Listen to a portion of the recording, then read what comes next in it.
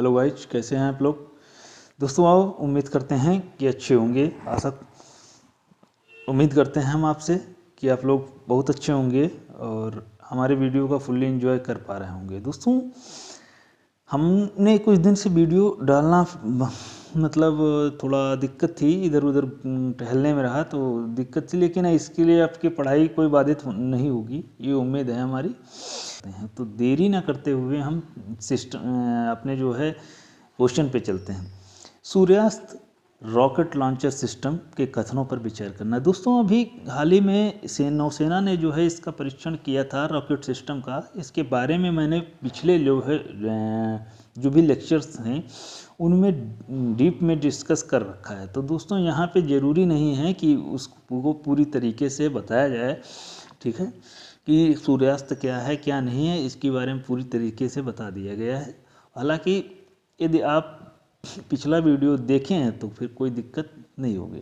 तो ये जो है पूरी तरह से निजी कंपनी द्वारा जो है विकसित स्वदेशी पोत है जो रक्षा क्षेत्र में आत्मनिर्भरता को दर्शाता है। दोस्तों ये निजी क्षेत्र के पूरी तरह से जो निजी क्षेत्र के में आता है, ये बात सही है, और रक्षा क्षेत्र में जो है आत्मनिर्भरता को दिखाता है, ये भी इस बात सही है। ये नेवी लिमिटेड के द्वारा जो है डिजाइन किया गया जा रहा है। दोस्तों तो है स्वदेशी मटेरियल से ही ये ज़्यादातर फोकस किया गया है इस पे बनाने की। तो ये जो मतलब निजी कंपनी के द्वारा बनाया गया है, ये बात सही है।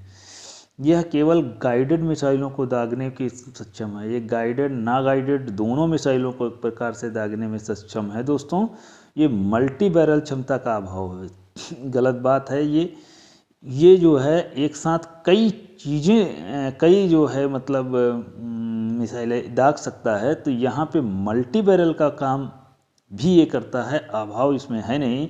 तो दोस्तों option number 2 is the right, मतलब सही विकल्प चुनना है तो option A is the right answer of this question. अगले क्वेश्चन पे चलते हैं। देखिए भारत और ओमान के बीच में सेपा और न्यूजीलैंड FTA समझौतों पर आयुष में शामिल सैनिटरी और फाइटोसैनिटरी का उपयोग का महत्व क्या है। दोस्तों ये सब चीज़ें हम पहले बता चुके हैं, सैनिटरी क्या होता है और फाइटोसैनिटरी क्या होता है, इन सब के बारे में हमने पहले भी बता चुके हैं। और ये सेपा और FTA, ठीक है, व्यापार समझौते में आयुष को शामिल किया गया है। तो इन सब चीज़ों को पहले हमने जिक्र कर रखा है। जो सैनिटरी वाला सिस्टम है ये ह्यूमंस के लिए एक प्रकार से लेकर आया गया था कि ह्यूमन का जो भी हम बाहर से सेपा और FTA के थ्रू जो भी व्यापार करें उसमें ये सिस्टम ध्यान में रखा जाए कि किसी भी मनुष्य के हेल्थ पर कोई भी इफ़ेक्ट ना पड़े, कि बाई चांस यदि ओमान और न्यूजीलैंड के बीच में हमने सेपा और FTA कर लिया है तो अब ओमान मनमर्जी का सामान नहीं भेज सकता है कि उसमें जहरीला प्रोडक्ट कोई डाल के भेज दे या कोई वायरसेबल ले ले या कोई स्वास्थ्य को हार्मफुल वाला जो है प्रोडक्ट भेज रहा है। तो उसको ध्यान में रखने के लिए इस पॉइंट को बोला गया कि सैनिटरी वाला पॉइंट। अगला है फाइटोसैनिटरी। दोस्तों फाइटोसैनिटरी का मतलब ही यही है कि जो पौधे वगैरह का अगर जो व्यापार में शामिल किया गया है उसके लिए कोई दवाइयाँ आ रही हैं, कोई चीज़ें आ रही हैं, तो जो वनस्पतियाँ हैं हमारे देश की वो पारंपरिक उनका उपयोग होता रहे, उन वनस्पतियों को कोई नुकसान ना हो। अभी आपने देखा होगा GM फसलों का एक सिस्टम आया था, जेनेटिकली मॉडिफाइड फसलें जो थी, वो जेनेटिकली मॉडिफाइड फसलें जो हैं फसलें तो पैदावार दे रही थी, लेकिन हमारे यहाँ की जो पारंपरिक फसलें होंगी तो उन फसलों को वो नुकसान भी पहुँचा सकती हैं। दूसरा पॉइंट ये भी है कि जो हमारी पारंपरिक फसलें हैं वो यहाँ पर मिट्टी के हिसाब से सूटेबल हैं। तो अभी हम ट्रस्ट नहीं कर पा रहे थे कि यदि हमने पूरी तरीके से अपने यहाँ देश की जो फसलें हैं उनको समाप्त कर दिया तो इसमें कीड़े वगैरह बहुत तेज़ी से आने वाले समय में इसमें भी रोग लगने लगे उस हिसाब से, तो फिर नुकसान है।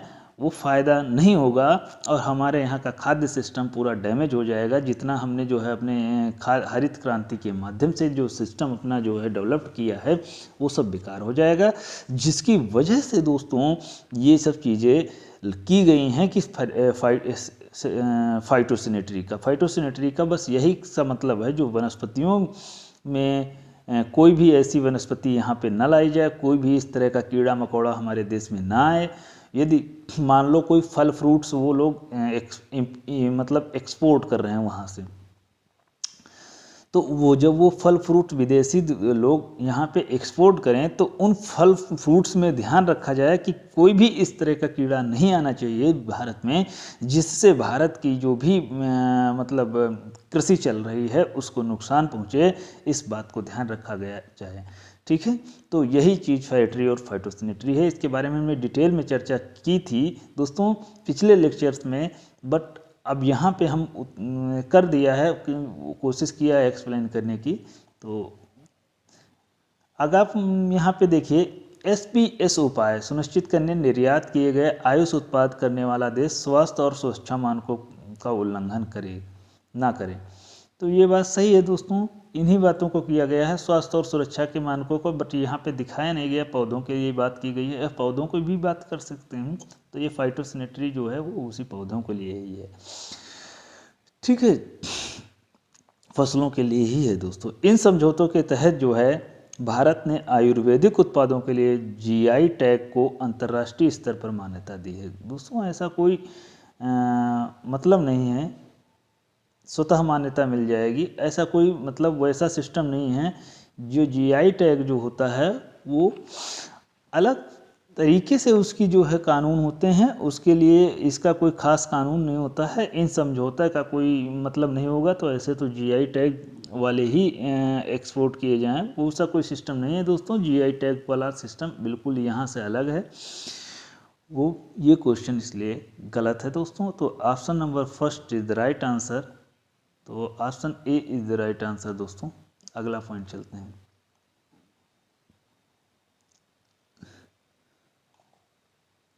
ये वही क्वेश्चन है शायद, मे बी वही क्वेश्चन है, हाँ वही क्वेश्चन है दोस्तों। अगला क्वेश्चन देखते हैं।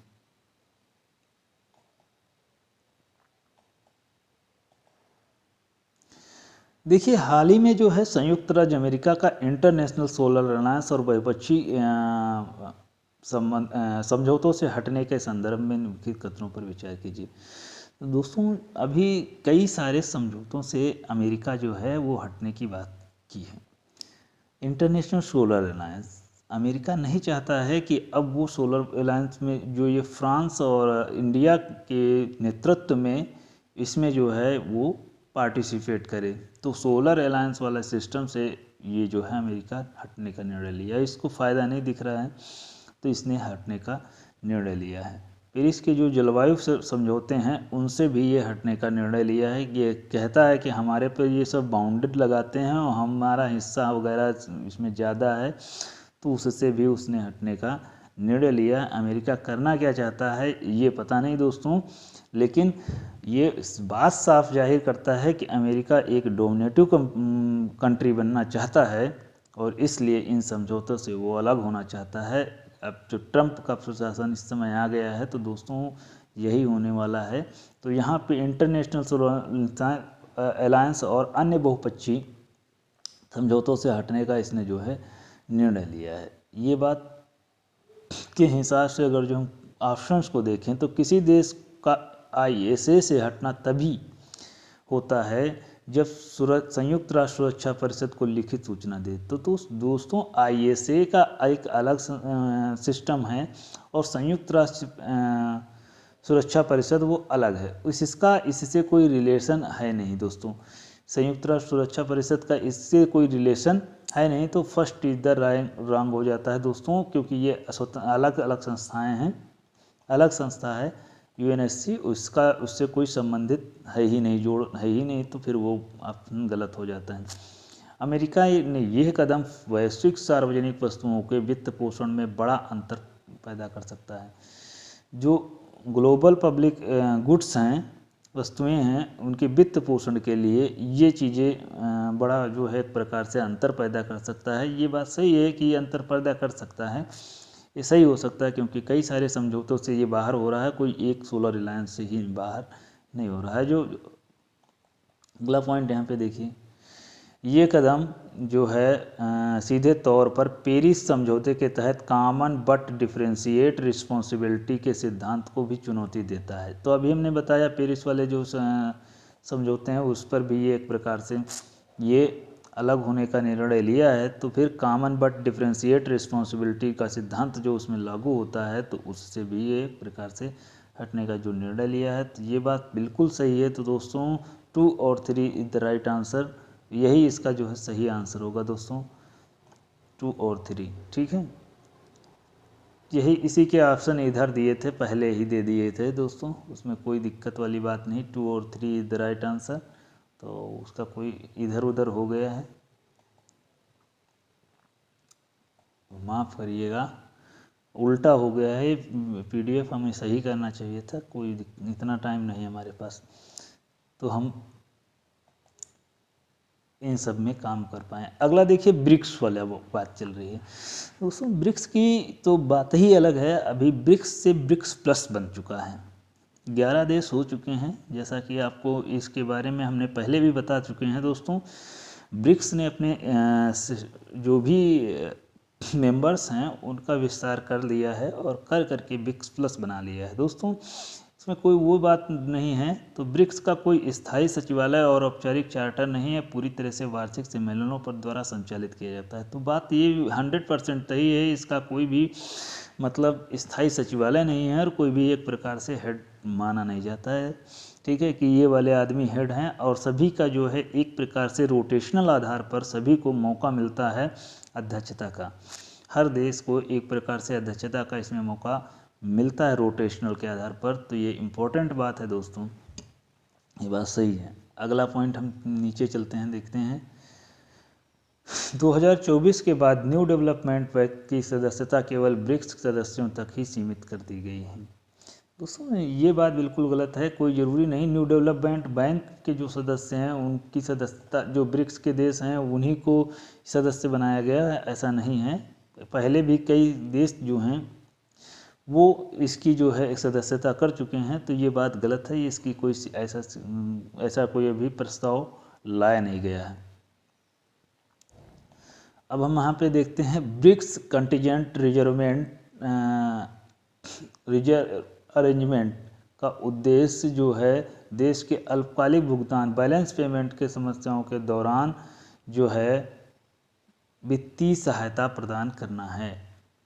ब्रिक्स कंटिजेंट, ठीक है, CRA का उद्देश्य जो है सदस्य देशों को अल्पकालिक कुछ समय के लिए अल्पकालिक जो है भुगतान समस्याओं के दौरान वित्तीय सहायता प्रदान करना है।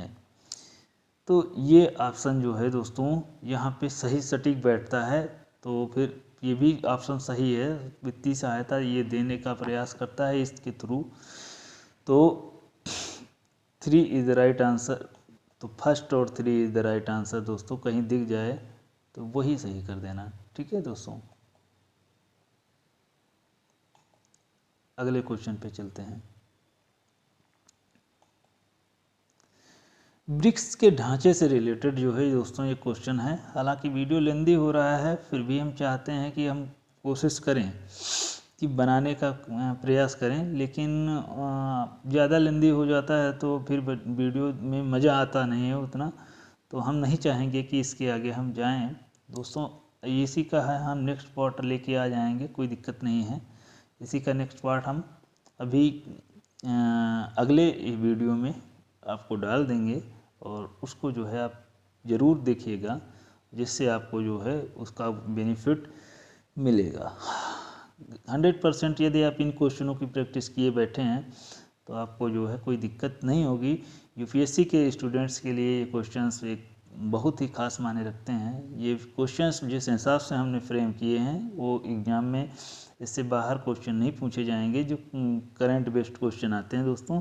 अब स्टैटिक बेस्ड यूपीएससी पूछ तो रहा है, बात ये नहीं है कि स्टैटिक बेस्ड भी पूछता है और करंट भी उठाता है, तो इसके पॉइंट स्टैटिक्स में भी कहीं पे छिपे मिल सकते हैं। तो स्टैटिक तो जनरली लोग पढ़ ही लेते हैं, बट करंट बेस्ड नहीं पढ़ पाते हैं, क्योंकि ये क्वेश्चन इधर उधर घुमा घुमा के पॉइंट लिए जाते हैं, तो ध्यान रखिएगा। तो वीडियो अच्छा लगा हो तो लाइक करिएगा, चैनल से नहीं पहली बार हैं तो इसको सब्सक्राइब कर लीजिएगा, और दोस्तों में इसको शेयर करने का प्रयास कीजिए। जो इसके लायक हों उसी में शेयर कीजिए, बाकी को शेयर आप ना कीजिए। ज़बरदस्ती नहीं है कि आप उस बच्चे को शेयर कर रहे हैं जो वीडियो देखना ही नहीं चाहता है, ठीक। ऐसे बच्चे को कभी भी हमारा वीडियो शेयर मत कीजिएगा दोस्तों। वो बच्चों को शेयर कीजिए जिनको ज़रूरत है, जो पढ़ रहे हैं, जो पढ़ना चाहते हैं, जो वाकई सीरियस हैं। बाकी को आपको नहीं सीरियस मतलब शेयर करना है। तो